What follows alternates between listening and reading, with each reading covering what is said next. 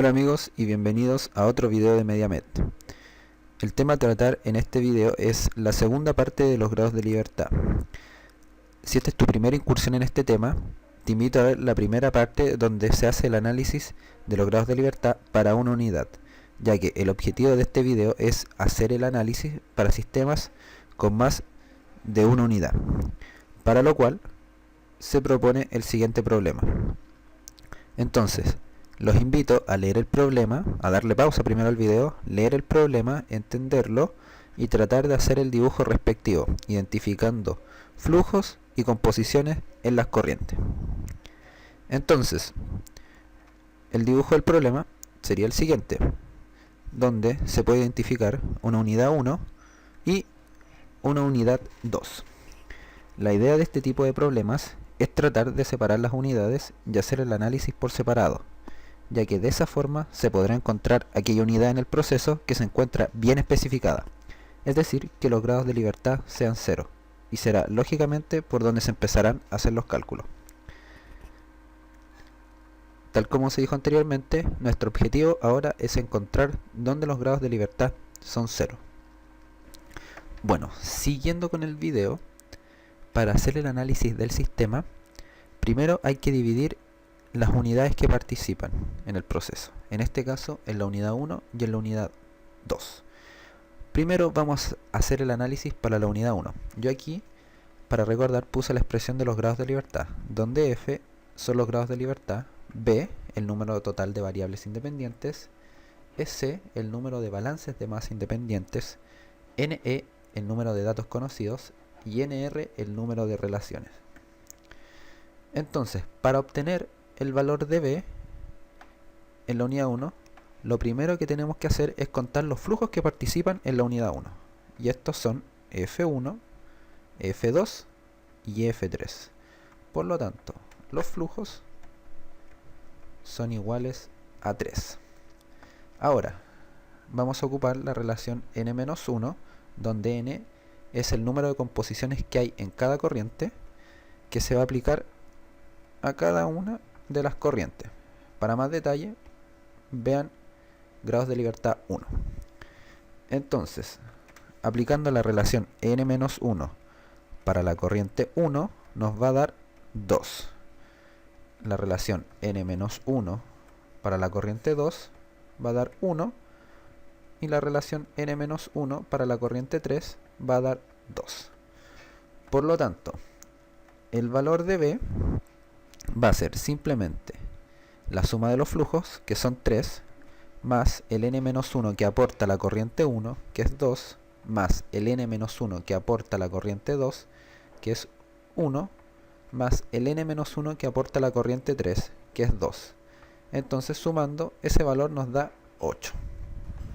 Ahora, siguiendo con los cálculos, para obtener el número de balance de masa independientes, hay que contar las composiciones que intervienen en la unidad 1. Esto quiere decir que tenemos al benceno, aquí la unidad 2, la unidad 3, que va a contar como 1, el tolueno, que está presente en 1, en 2 y en 3, y finalmente el sileno, que está presente en 1 y en 3.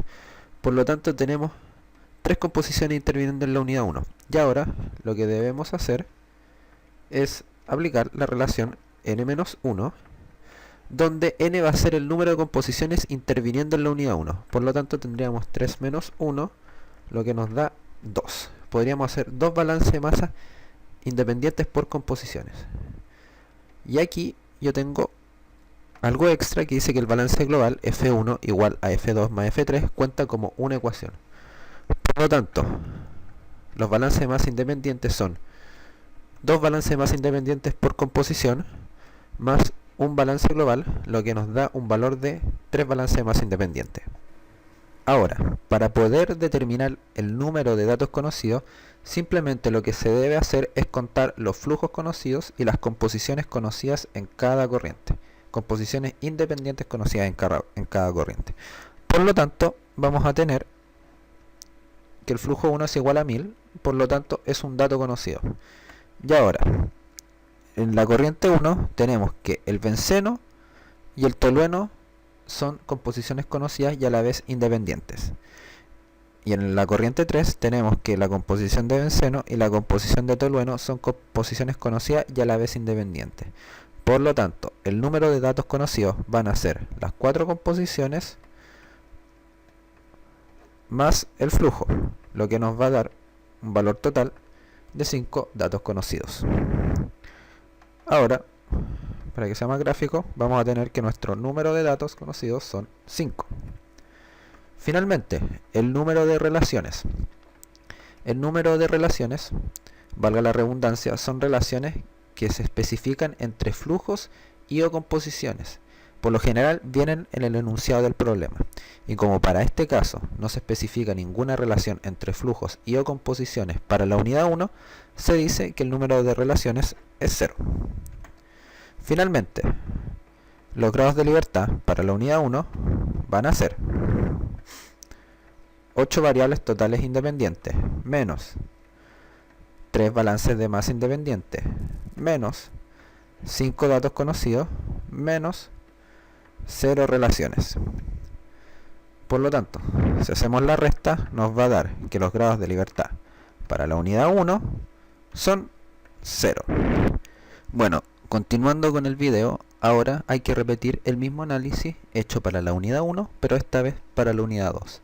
Por lo que vamos a empezar haciendo el análisis de grados de libertad con el número total de variables con el esquema de la unidad 2.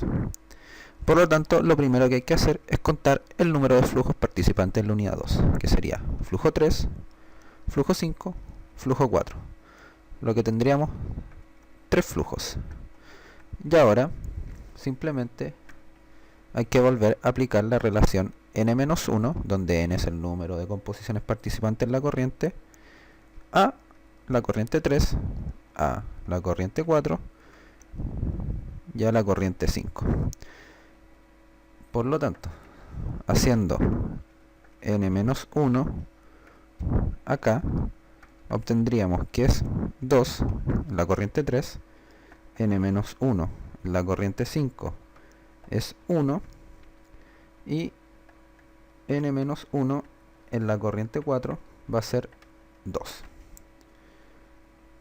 Por lo tanto, el B va a ser los 3 flujos más el n-1 de la corriente 3, que es 2, más el n-1 de la corriente 4, que es 2, más el n-1 de la corriente 5, que es 1, lo que nos da un valor de 8. Para poder determinar el número de balance de masa independientes en la unidad 2, hay que repetir el mismo análisis hecho para la unidad 1. Esto quiere decir ver las composiciones que están interviniendo en la unidad 2. Entonces podemos ver que está interviniendo el benceno en 3 y en 4, que cuenta como 1. El tolueno que interviene está en 3, en 4 y en 5. Y el sileno que está en 3, en 4 y el 5. Por lo tanto tendríamos 3 composiciones interviniendo en la unidad 2. Por lo tanto, volvemos a aplicar la relación n-1, donde n esta vez son las composiciones que están interviniendo en la unidad 2. Por lo tanto, si hacemos 3 menos 1, nos da 2. 2 balances de masa independientes por composición. Y aquí puse algo extra, donde F3 es igual a F4 más F5, que es el balance global que cuenta como una ecuación. Por lo tanto, el número de balances de masa independientes es el balance de masa global más los balances por composiciones independientes, que son 2, lo que eso nos da un valor de 3 balances de masa independientes. Para poder determinar el número de datos conocidos en la unidad 2, hay que volver a hacer el mismo análisis, contar los flujos conocidos y las composiciones conocidas e independientes. Entonces, como podemos ver en el dibujo, ningún flujo es conocido. F3, F4 y F5 son incógnitas. Por lo tanto, nos abocamos a las composiciones. Entonces, si nos vamos a la corriente 3, tenemos que el benceno y el tolueno son composiciones conocidas e independientes en la corriente 3. Y en la corriente 4 tenemos que el benceno y el tolueno son conocidos. Por lo tanto, tendríamos 4 composiciones más 0 flujo conocido, lo que nos da un valor de 4 datos conocidos. Por lo tanto, si nos vamos abajo, escribimos nuevamente que el número de datos conocidos son 4. Ahora, el número de relaciones. Como en el enunciado del problema no dicen tampoco ninguna relación entre los flujos y o composiciones participantes en la unidad 2, este valor vuelve a ser 0. Por lo tanto, si hacemos los grados de libertad para la unidad 2, vamos a tener que 8 es el número total de variables independientes menos 3 balances de masa independientes menos 4 datos conocidos menos 0 relaciones.